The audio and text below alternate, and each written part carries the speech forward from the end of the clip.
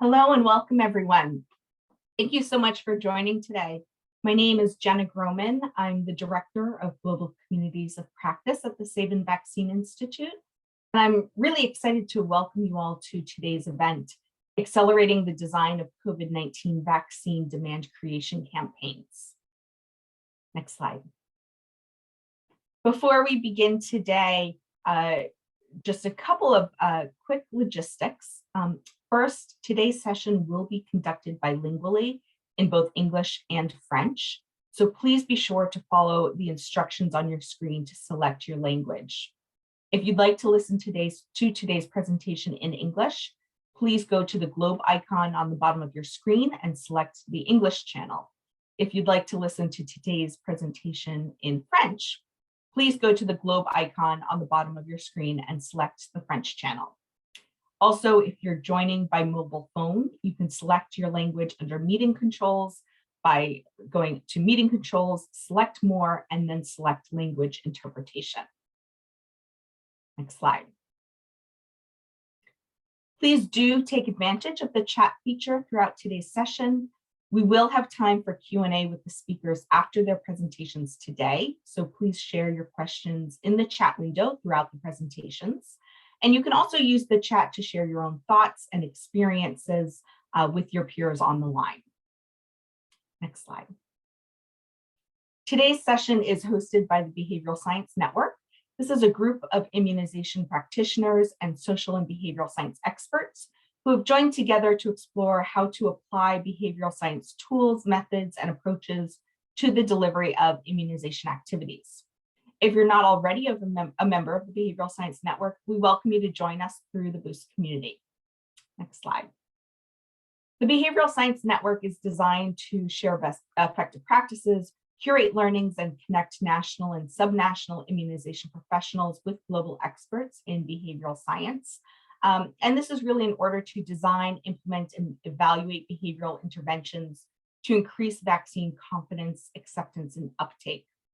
Specifically through this network, our members will be able to learn about behavioral science instruments, tools, and approaches, discover new applications of behavioral science interventions, access skill building seminars on using behavioral science tools to improve immunization programming, and also connect with each other to explore opportunities to implement new approaches and address current immunization challenges.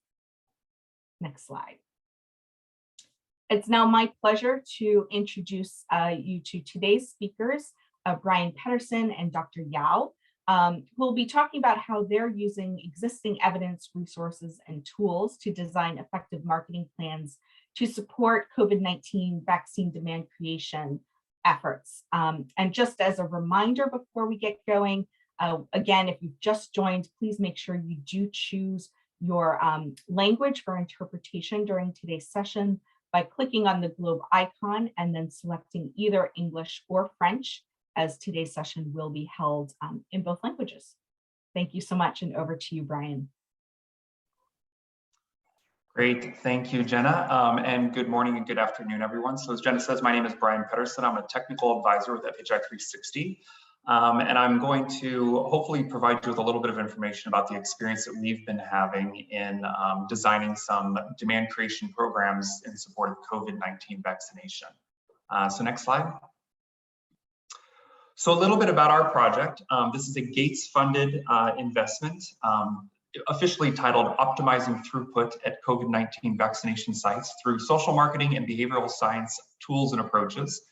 We're working specifically in Abidjan, the largest commune of actually the entire country, Yopougon, and we're also working in Kinshasa, where we're covering all of the communes of Kinshasa. This investment is working closely in collaboration with Village Reach, which is the service delivery partner of the Gates Foundation that has been setting up mass vaccination sites in Abidjan and Kinshasa, and recently has started to deploy more mobile approaches based around sort of a hub and spoke approach. But we're also working very closely with local health authorities in both Yopougon and in Kinshasa. The project launched back in November 2021, but to be honest, because of the holidays, we didn't really actually have boots on the ground until about January, and it continues through April of 2023. Next slide. One thing I wanted to highlight was that the original purpose of the project was to provide research and design technical assistance to service delivery partners. So the idea was that we were going to piggyback on the work of Village Reach, help them identify gaps in their service delivery, conduct rapid behavioral research in order to understand why certain segments of the population weren't coming in for vaccination services, and then working with them to design simple solutions that could be integrated into either their service delivery activities or their demand creation activities. So that was the original plan when we signed this investment with the Gates Foundation and developed it with them. Starting in maybe January, February, when we were on the ground talking to partners, we quickly learned that there was so much going on and they were so focused on just trying to get services out to communities that really they wanted us to just take the lead on demand creation activities. And so over time and starting in maybe April of this year, we had a conversation with our program folks at the Gates Foundation, and working with them, we revised our scope, revised our budget, and now we're focused much more on actually designing and implementing sustained demand creation activities. Because one thing that we identified in Abidjan, when Village Reach was implementing radio programming and community outreach, we did see an uptick in uptake of vaccination services, but they didn't have the funding nor the staffing to sustain those efforts. And so in our revised purpose for this project, we're focused more on just making sure that we're supporting them to conduct sustained demand creation activities, since a once-off campaign is not enough. You need people on the ground, on the radio, talking constantly about vaccination in order to sustain the upticks in, or the uptake in services that we saw. So next slide, please. So I just want to put a quick disclaimer. So like I mentioned, we started in November, but I would say it wasn't really until about May of this year that we really started to focus on designing and implementing demand creation activities. And so while we've used a lot of evidence to inform the design, this campaign has not been evaluated. So nothing that we're going to be talking about today has been evaluated, which is unfortunate. But again, we wanted to just focus on how we've been using existing evidence and existing tools and approaches to try to get these campaigns together as quickly as possible. We do have a mid and end line. I called it a mini evaluation. That hopefully will provide us with evidence of the impact of these different campaign activities. But again, I just wanted to be clear that what we're going to be presenting today aren't necessarily evaluated yet. They're just based on existing evidence and approaches. So next slide. So our presentation is going to be broken down into two parts. I'm going to be talking a little bit about how we've been leveraging existing resources to design campaign activities. I know that this is nothing new in the SBC community. We oftentimes look at the past in order to determine what we need to do. But in this case, we've tried to be very deliberate about using existing evidence to fast track decision making. So rather than spending months and months doing formative research and consultations, we've been trying to build on existing resources and approaches as best as possible to jumpstart the design of campaign activities. And then I'm going to turn it over to Dr. Yao, who's going to talk specifically about a testing approach that we adapted from actually the anti-tobacco programs to try to figure out in as fast and in most effective way possible how we should be framing key messages, since as you know, and I'll talk about this in a little bit, some of the work or some of the messages that we put out there, some people just don't believe them because there's so much misinformation and myths out there about the COVID vaccine. And so we wanted to use an approach that could help us quickly determine how do we frame our messages in such a way that people believe them, that we give people a reason to believe what it is that we're communicating. And so again, Dr. Yao is going to talk a little bit about how we adapted that approach, how we implemented it, and then what the final result looks like that we've used to inform the messaging that we're using in our campaign. Next slide. So now I'm going to talk about how we've been leveraging existing resources. Next slide. So in December of 2020, right when vaccination was starting to become part of the COVID response, FHI 360 pulled together what we call the Quick Start Guide. And the purpose of this Quick Start Guide was to support mostly our programs, but really anybody that was working in demand creation.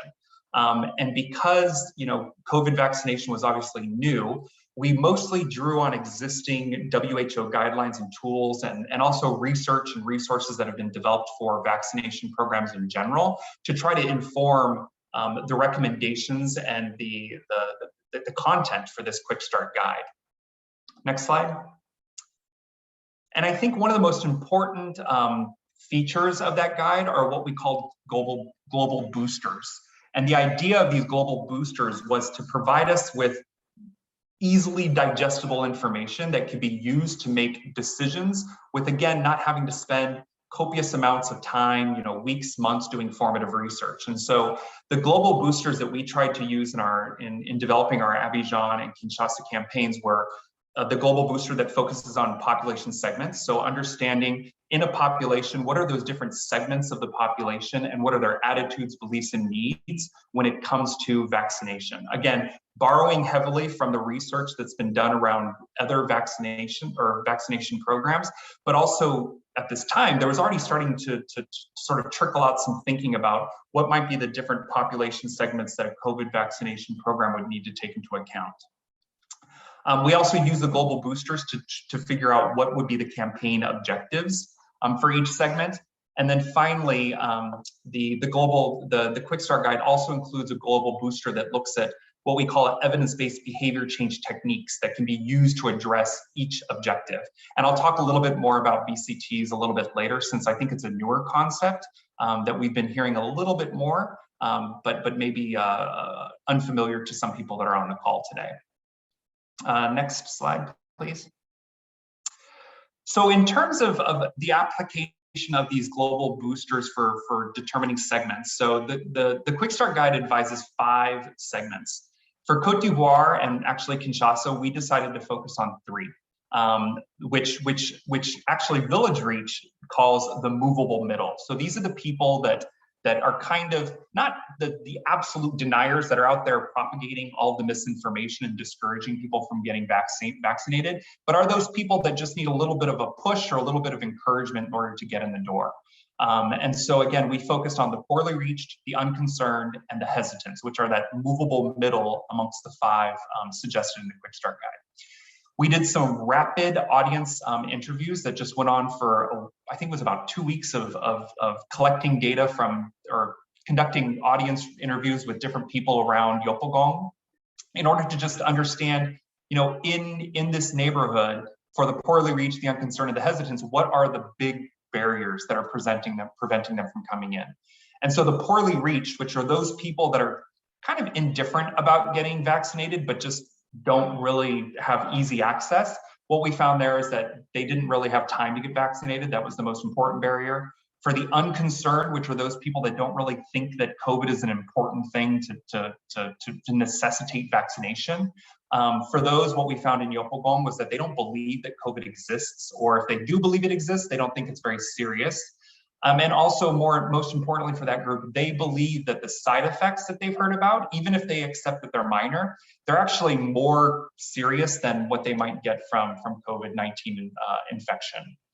And then finally, the hesitants, those are the people that believe that the vaccines themselves cause illness and also have a lot of questions about the fact that the vaccine is untested. It's unprecedented in human history to have a vaccine come on the market and be available so quickly. And so they had a lot of questions about why that process was so quick. So again, these audience segments were pulled from the guide, pulled from existing research. And all we did was some rapid audience interviews in Yopougon to contextualize a little bit the segments so that we would know better we could know better what should be the objectives that we're aiming for each of these segments. Next slide. So once we had our segments in place, we went back to the boosters and used them to prioritize the objectives that we would have for each segment. So for the poorly reached, we were focused on raising awareness about the availability and where people could access vaccination services. We also wanted to focus on improving self-efficacy to overcome any access obstacles to vaccination services. And those first 2 objectives, even though they're focused mostly and they benefit most the poorly reached, we recognize that actually does benefit the unconcerned and the hesitants as well.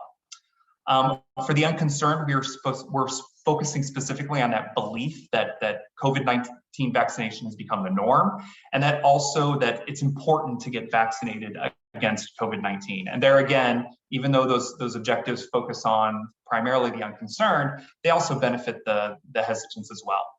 And then for the hesitants, the specific objective that we have for them is increasing the belief that the COVID-19 vaccines are safe.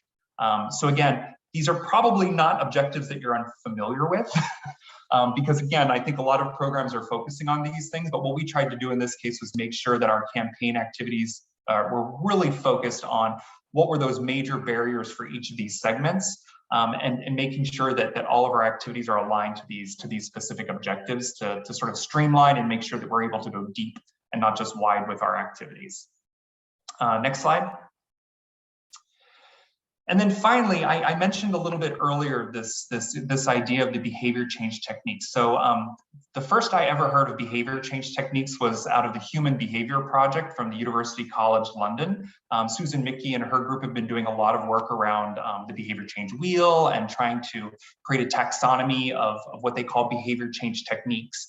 And I think their definition of what a behavior change techniques is the best, in that they define it as that active ingredient of an intervention. So whether it's a communication activity or whether it's a radio spot or an interaction with a household, it's that thing that you're trying to achieve with that activity. And so for each of our objectives, we tried to select the behavior change techniques that we felt were most relevant to our context and also possible in the time and the budget that we had available. So I'm not going to go through all of these because, you know, I don't think a lot of this is new to many people. Maybe it's just the wording.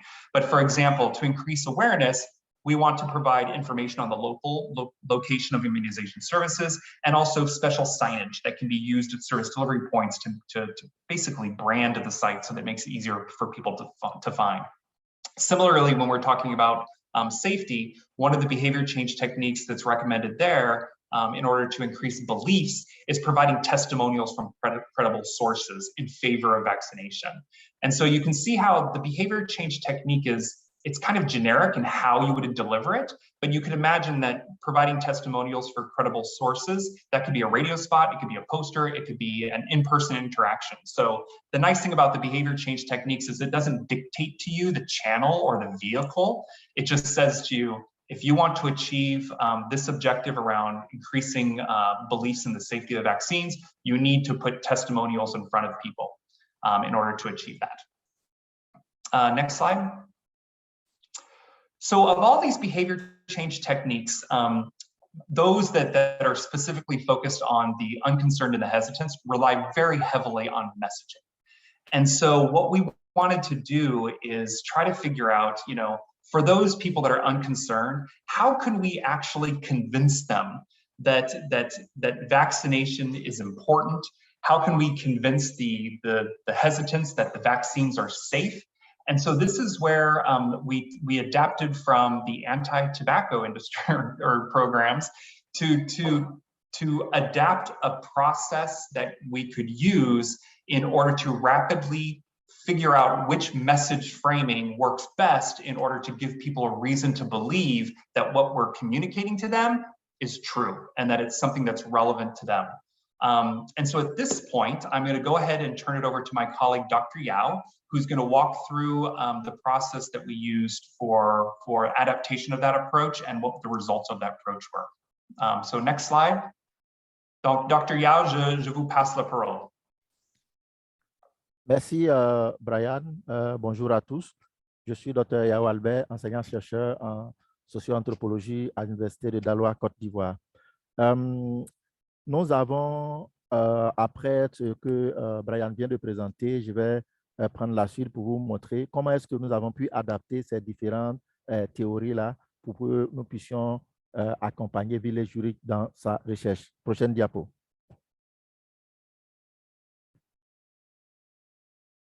Donc, il s'agissait pour nous de déterminer le cadrage des messages.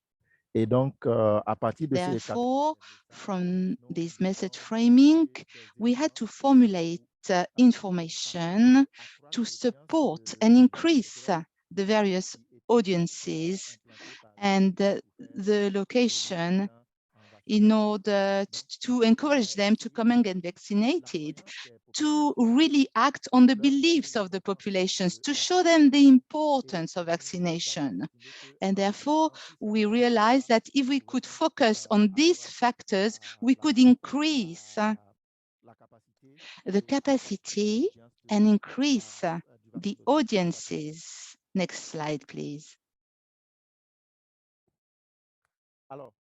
Therefore, we needed to determine which was the ideal message framing to decide on strategies and in order to support this information. And as Brian just said, we drew from the existing literature, for example, adapted from Kim et al. From 2019 and Beck et al. 2021, two pieces of information that allowed us to determine the impact of message.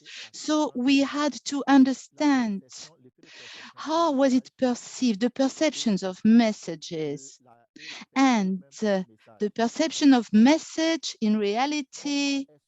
How, when people receive message, how people could get motivated, how can they understand better the message, and how can the message, which is perceived, can convince the population in order to have an action. Next slide, please. So this time, there are various approaches, and we try to understand clearly what are the approaches to really go beyond the simple understanding. Effect perception shows that after these two various types of information or framing, we try to formulate some questions that you can see here. For example, effect perception. This message makes me want to get vaccinated against COVID, or about perception of the message, then this message is really catching my attention. So with the various frames that would help us to develop messages that would really enter in various perceptions, the effect perception and the perception of the message that can really encourage for more response. Next slide, please. Therefore, from these various questions, once we finalized it, we designed messages in order to bring awareness. And we had three elements which were already determined from our first conversations. It was about a group of persons who were quite fearful. So therefore, we had to develop messages around to try to take away the fear, to reduce fear among the population, and to encourage them to get vaccinated. As well, we had another framing that would be around the social norm.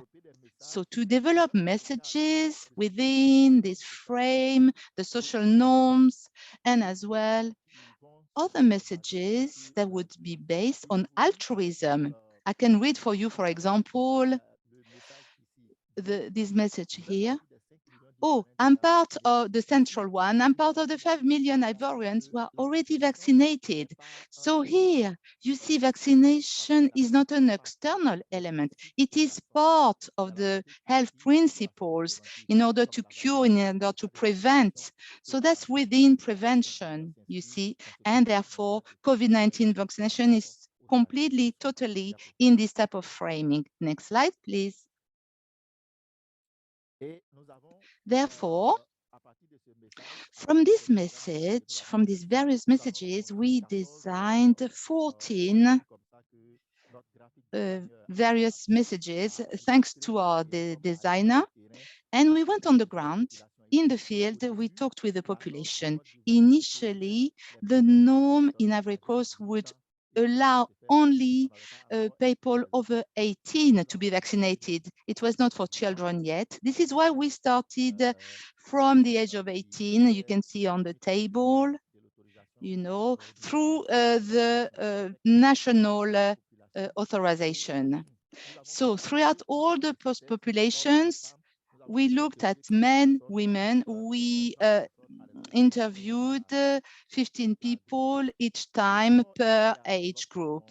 And the ideal score, once you develop this type of strategy, is to reach 20% of respondents versus a very defined message. And when we do the mean score calculated for each, therefore, we had 22 respondents because we were very, very quick about it in order to support the strategy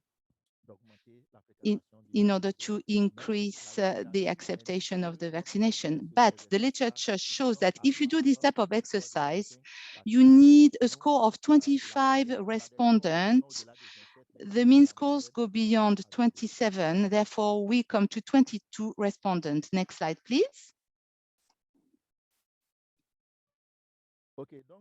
Therefore, once we presented from these various elements of information, all the prototypes we designed, finally, we had this information you've got here from an analysis that we did with the various scores of the people we interviewed concerning the posters. Each poster was presented to various people, and therefore you can see the various scores, scores from 3 and 4, for example, and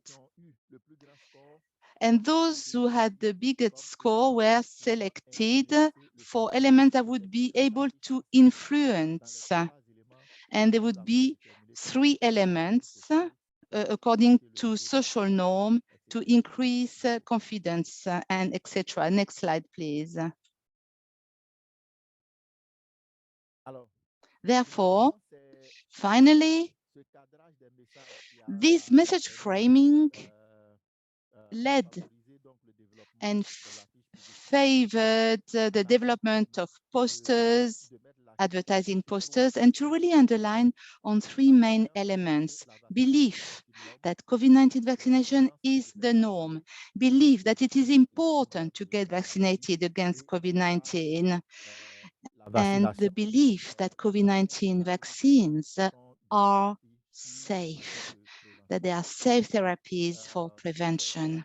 So all the strategies that we are setting up, all the campaigns we are setting up, is to really focus on these 3 elements.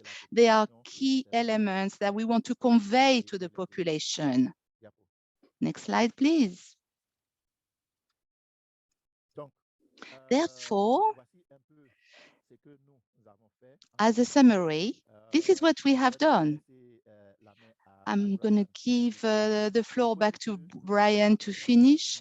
I must say that we haven't completely finished all this process, I must say, what we're trying to develop. And the current results are very convincing, I believe. So that shows that we can have an action from a strategy, from an action about these various behavior changing techniques. So we can really set up these framing messages, and I'm going to give the floor to Brian right now so he can finish the presentation.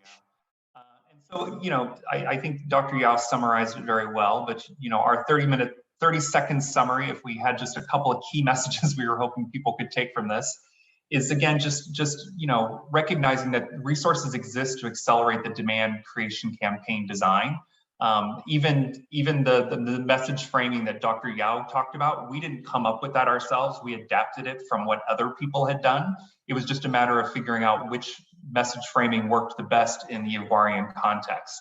And this next bullet is, you know, I know a lot of times when we're working in countries, we often take this approach that every country we work in is horribly unique and needs to be treated as though it's completely different than every other context.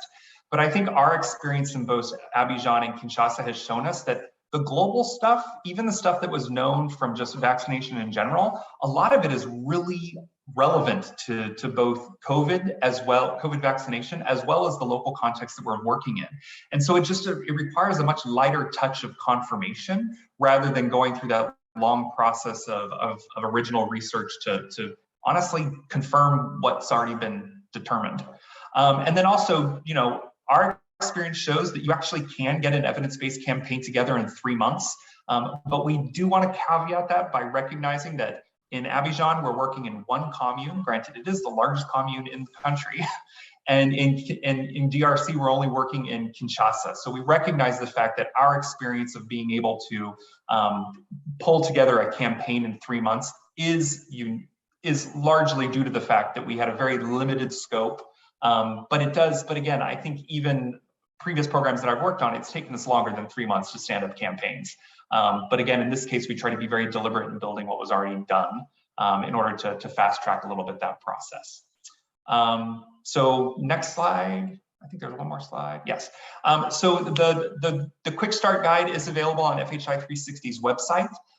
In addition to the guide, which again just provides a step-by-step approach to adapting existing resources and tools, it also has templates and other tools. And so over time, we're going to start populating it more and more with some examples. But I would also encourage you, if you haven't already, to visit the tools that are disseminated by Breakthrough Action, which does have a really great database of tools and resources that have been developed in other countries that are available for adaptation, because that's where we looked when we were trying to figure out how other countries were communicating about COVID-19 and where we might be able to draw inspiration for different message framing that we could apply in our countries. So thank you again for the opportunity to share our experience, and we look forward to discussing a little bit more with you all.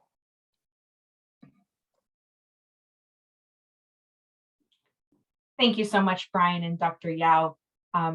Really interesting process you went through for this, and really exciting to see some of the results you had, and looking forward to seeing, I think, more as you finish up this work. I know it's still in progress. I want to encourage everyone to share questions or thoughts or experiences in the chat window for Brian and for Dr. Yao. I want to start with the first question we've received from Kumbarai. What was the reaction to the fear-based messaging, and did you use any secondary data to develop the segments and archetypes for your work? So I can start, and then I'll actually ask Dr. Yao to build on. But it's interesting, the fear-based message, because I'll be honest, when we developed that message framing, I was really anti it because I just felt, working in SBC for so many years, we're taught do not use fear. But it was actually the most effective when you look at the measures that we used. And it wasn't so much the fear of death that sort of piqued people's interest. It was the fear of getting sick and not providing for your family. And so if you look at the final framing that we used, we kept the fear bit because the message testing we did showed us that was what really made people sit up and say, oh, maybe COVID vaccination really is serious. We softened it by focusing more on getting vaccinated so that you don't get sick for 2 weeks and you're knocked out of work and you can't provide for your family. That was the actual the root of the fear. It wasn't the death, it was not being able to provide for your family, which I think is relevant in many contexts. Regarding the segmentation, we really just used the segmentation that was proposed in the Quick Start Guide. And like I said, we used some audience consultations to just rapidly contextualize them so that we could understand, of the different barriers that are suggested in the booster, what are the ones that are the most relevant for Côte d'Ivoire. But I mean, Dr. Yao can actually, so he was the one doing the research on this. And so I'd be interested to hear if he could add anything to how people responded to that fear messaging about Kofi who died, and which again was a really difficult message to put out there, but so Dr. Yao, I don't know if you could add anything to the experience or what you were hearing about. Yes, totally. I have one or two comments to add about the fear.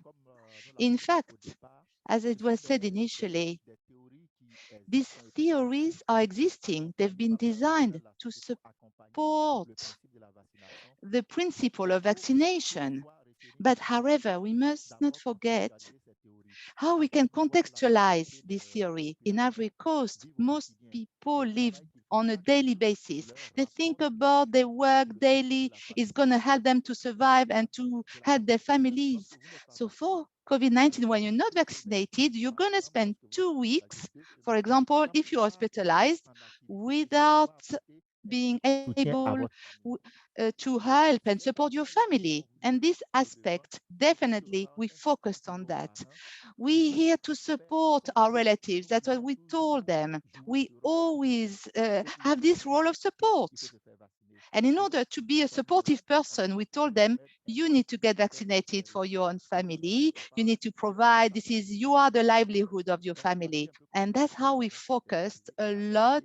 We contextualize and we adapt the strategy of fear, basically, in order to encourage people to get vaccinated.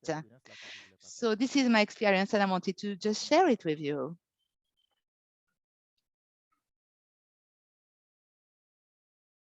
Thank you so much. And a question from Mechal. What is the role of religious or community leaders in COVID-19 demand creation? Is this something you explored through this work or through other work as well? Yeah. I'm pausing because we in Côte d'Ivoire, so the specific neighborhood that we're working in, Yopougon, is, I don't know if it's majority, but there are a lot of Christian groups there. And what we saw in the early data there in Yopougon was that people of certain Christian denominations were completely opposed to getting vaccinated. And there's a lot of issues of trust and you know, who's communicating the message around vaccination. And so we actually focused on religious leaders at the beginning to get in, to try to understand what is preventing religious leaders from not only promoting vaccination amongst their adherents, but also just talking openly about the fact that they're vaccinated. You know, most of these religious leaders, they travel to France or they travel places where vaccination is required. And so they themselves have been vaccinated, but they've been very quiet about it. But I'll be honest, we have not been successful in breaking through. And actually, Dr. Yao has been leading that and has been, it's been honestly months of trying to negotiate just getting into religious communities. So I'd actually ask him to sort of maybe expand on that question about, you know, what is the role of religious leaders and what can we maybe be doing in order to engage them better? D'accord, merci. Well, thank you. Indeed, the religious leader play an essential role in terms of communication and encouraging the population. Still, with the principle of vaccination, for example, against polio vaccination, when we had this situation, we had to engage the religious leaders. For COVID-19 vaccination, initially, the religious leaders were not associated to strengthen capacities. What is the mechanism of this vaccine? Is the vaccine secure? Since they had not been trained, you know, since they didn't know, they didn't have enough knowledge, the religious leaders were very reluctant to encourage COVID-19 vaccination. Moreover, there were a lot of rumors around the COVID-19 vaccination. But as Brian said, they had to change their views. As Brian said, they had to travel to Europe. They had to get vaccinated. When they began to get vaccinated, when they came back, when they realized that they're healthy, actually, all these rumors, all these biases were not really very good. So officially, the churches did not take any position in Ivory Coast to get vaccinated, or we encouraged them to get vaccinated. No, they didn't. They just let it be. And this type of attitude is linked to the government, because At the government level, there was no such formation, no such knowledge. People, even ministers, agents, didn't know much about the benefits of the COVID-19 vaccination. And the same was done among the religious community leaders. About the Muslim community, I must say something though. It was pretty interesting what happened recently. We have a sector or a neighborhood where a mosque has set up a vaccination center, a mosque. So consequently, the population have understood that it's not bad, that is actually, it's a good thing. It's a good thing to be vaccinated. And since it was in a mosque, people gain more confidence. And the Muslim community was much more open. And therefore, I think now the other communities are looking at this type of reaction of the community, of the Muslim community, and following. I think we do have a lot more work that needs to be done with religious leaders. With Village Reach, we are organizing regular meetings with community leaders, which will include religious leaders as well. But even the focus there is going to be more on working with leaders to identify where there are gaps in service delivery and how we can reposition mobile services and demand creation activities in order to respond to those gaps. But yeah, I mean, like Dr. Yao said, so far working with religious leaders has been a challenge, but it will be something that we're going to have to think about more strategically as we continue to evolve the program and respond to things as they pop up. Thank you. Interesting question about myths and misconceptions and beliefs specifically around COVID-19 vaccines. These can and often are changing rapidly. While creating beliefs that vaccination is the norm will stay consistent over time, how have you been able to change and adapt to new and emerging issues and beliefs around the COVID-19 vaccines? So we haven't yet, because again, the campaign is only getting started. But the plan is to, over time, monitor So a couple of things. So one, we're going to continue to conduct just, audience insight gathering on a regular basis, just to sort of understand what are people talking about, what are their concerns, and to see if there is any evolution in the way that people are thinking about the vaccine. Also with Village Reach, we're doing client exit interviews, which again isn't ideal because you're talking to people that are vaccinated, but they are asking questions about, what are they hearing in the community? What are some of the reasons they suspect that their neighbors don't want to get vaccinated? And so I think, those are sort of the two mechanisms that we have in place to monitor how things are going. And then we do plan on a regular basis to update our messages and make sure that we're staying not necessarily ahead, but that we're responding to myths and misconceptions as they come out. One other thing we're also doing is there is a community engagement component. So while we are relying a lot on radio and print media, there is a community engagement component as well, where we're engaging with local CBOs that are based in the community, and we're supporting them to go out and do promotion of vaccination services. One thing that we're promoting in that program is dialogue. So we want to provide opportunities where, for example, in Kinshasa, we're targeting specifically women's associations. So we're trying to find opportunities where we can bring women's associations together and give them a doctor or a nurse or somebody else that they trust, where they can ask questions without, feeling like they're going to be ostracized for asking. Because, facilitating more dialogue and allowing people to ask questions of someone they trust and get clarity is much more effective than us trying to put out a new radio spot or put out a new poster that sort of directly talks about whatever the myth or misconception is. So, but again, this is all what we're planning to do, because we're just at the beginning stages of rolling out campaign activities. But yeah, I mean, it's a good point that we're gonna have to keep our eye on. And that really brings up a follow-on question we received as well from Tina as to whether there were any gender-related barriers that hindered your research, or how did you tackle the challenge or intend to address it as a behavior change specialist? So I don't know if there's any additional thoughts specifically relevant to gender from either you or Dr. Yao. Yeah, so I think the research question, I'll bounce it to Dr. Yao, since he was leading all that research there. D'accord. Yes, sure. Thanks.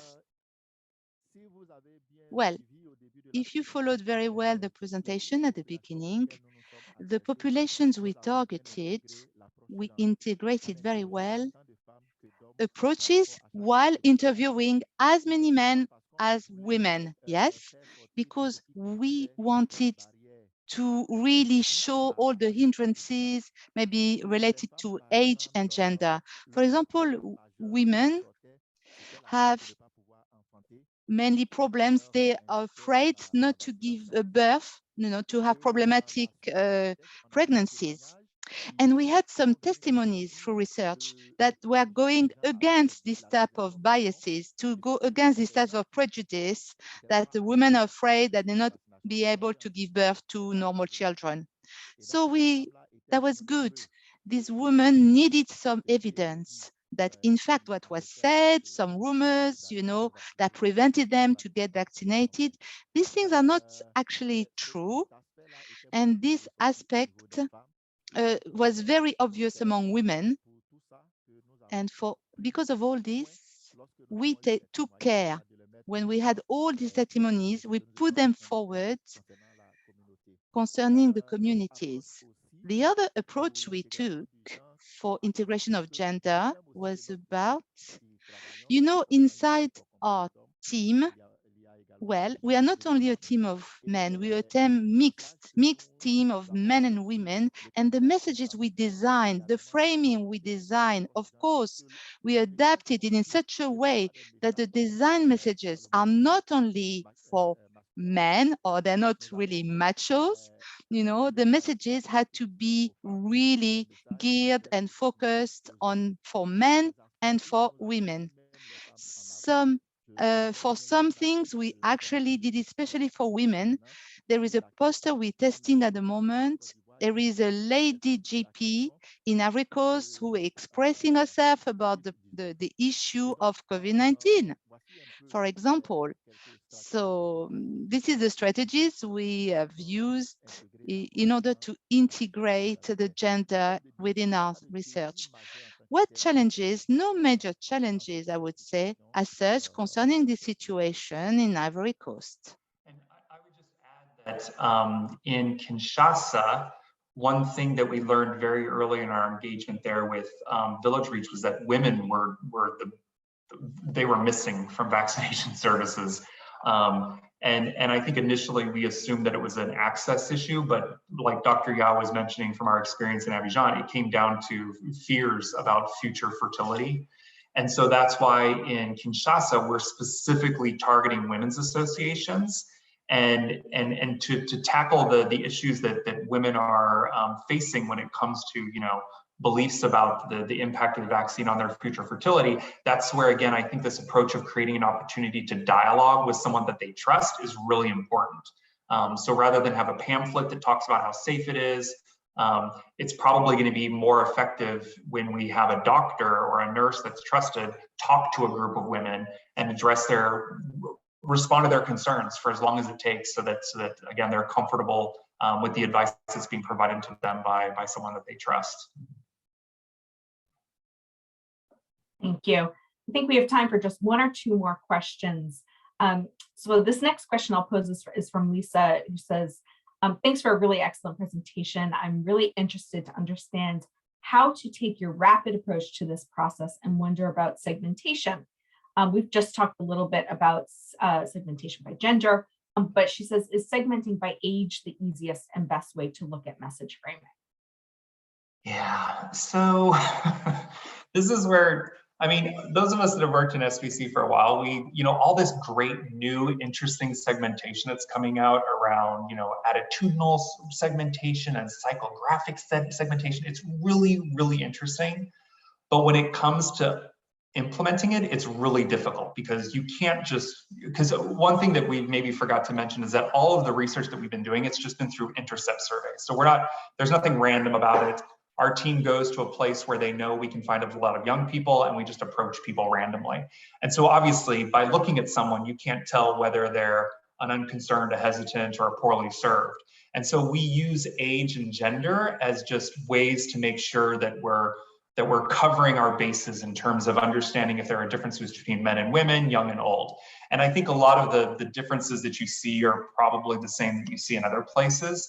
And so to be honest, the segmentation that we're doing in who we talk to, which is mostly based around demographics, that's because that's the easiest thing to do. When we did our message testing, we did include two questions in there actually at the end, where we tried to measure levels of motivation and levels of ability, because our thought was to remove anybody who had an ability issue. We wanted to remove them from our sample, but it turned out not to be that big of a deal. Like, access is not a problem in Abidjan. People know where to go. The vast majority of people know where to go. They know where things are available. It's mostly motivational issues. And so we've actually had a lot of this conversation on the team, but my feeling is that amongst young people, you're going to find the poorly reached, unconcerned, and hesitant. You're going to find that amongst old people. You're going to find it in women. You're going to find it in men. And so really where it becomes important to sort of differentiate between age and gender is in how you're convincing the unconcerned female, how you're convincing the unconcerned young man. And that's where sort of the message testing, that was why we did the message testing broken up by gender and age. We wanted to see, is there a difference between young people and the message framing that they're responding to and old people? And really, we didn't see a huge difference, although to be honest, our sample sizes weren't big enough to really make that determination. But again, when you just look at the data or you look at the results, there wasn't a massive enough difference between men, women, except on that fertility issue, men, women, young, old, that made it important for us to have a different way of framing for one group over another. And again, I go back to what I said before. That's why with the community engagement work, we're trying to focus on dialogue, so that in theory, every interaction can be tailored to the concerns of the people that are participating in that dialogue, versus a poster or a radio spot, which is very static, and you can't, you can only do so much tailoring there. So I hope that answers your question, Lisa. But yeah, it's one of those things that we're struggling with. I will mention that the Gates Foundation also made an investment with Last Mile, and they're doing really sophisticated segmentation research in Côte d'Ivoire. I think they started back in January, I think is when February is when they finished their segmentation research. And now they're in the process of doing more design questions to figure out, similar to what we did, what is the messaging or what are the approaches that work best with different segments. And so we're actually really excited to see the result of that, to see how it compares to what we did, and also seeing how we can build on that work that they're doing to inform the next iterations of our radio spots, next iterations of our print media, as well as the work that we're going to be promoting through our dialogue, or the messaging that we'll be promoting through our dialogue sessions. So somebody will be doing better than us, I'm sure. Thank you so much, Brian and Dr. Yao. It was wonderful to hear from you today and learn about what you've done and what you've learned through your research so far. I'm sure I speak for everyone on the line to say that we're excited to see your final results as well as you finish this work. Next slide, please. I think we've answered most of the questions that have been received, but there are a few remaining that we will follow up on by email to make sure that we are addressing all of the thoughts and questions and concerns for all of our participants today. Next slide. Before we close today, I just want to say thank you to everyone for joining. We hope you found value from today's session. Please do register for the BOOST community and the Behavioral Science Network to continue the conversation from today. Share your thoughts and reflections from today's session and continue to discuss with your peers and explore relevant resources and other upcoming events. Please do also take our survey that is posted in the chat window. We want to hear from you to make sure we are planning future events and sharing resources that are relevant to your needs. We will be following up with the slides from today and recording from today's presentation in both English and French. And so please look for that email in the next day or so.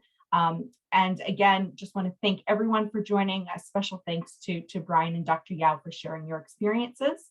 And we look forward to speaking with everyone again soon. I hope you have a wonderful day.